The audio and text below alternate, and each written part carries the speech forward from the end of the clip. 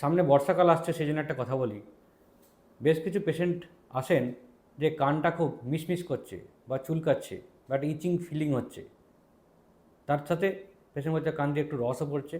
আরও ভালো করে জিজ্ঞেস করলে জানা যায় যে তিনি আইদার ইয়ারবাড বা সেফটি পিন বা কাপড় বা গাড়ির চাবি কিছু একটা দিয়ে কানটাকে খোঁচানোর চেষ্টা করেছেন, তার ফলে ওনার এই সমস্যা এবং তিনি ডাক্তারবাবুর কাছে এসে পৌঁছেছেন। দেখা যায় যে ছত্রাক ইনফেকশন বা ফাঙ্গাল ইনফেকশন হয়, যাকে বলা হয় ওটোমাইকোসিস বা কানের ছত্রাক ইনফেকশন। এটার জন্যে কানের যে চুলকানি ভাব বা কানের যে ব্যথা ইনফেকশন এটা হয়ে থাকে।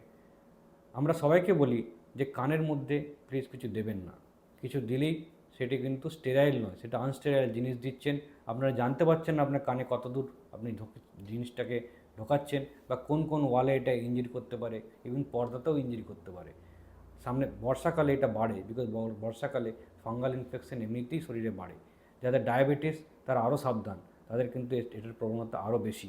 অতএব যদি কানের ইনফেকশন এরকম হয়ে থাকেও ইএনটি ডাক্তারকে যাবেন, উনি এটা জিনিসটাকে পরিষ্কার করে বেশ কিছু ওষুধ দেবেন যাতে করে এটা তাড়াতাড়ি ঠিক হয়ে যায়।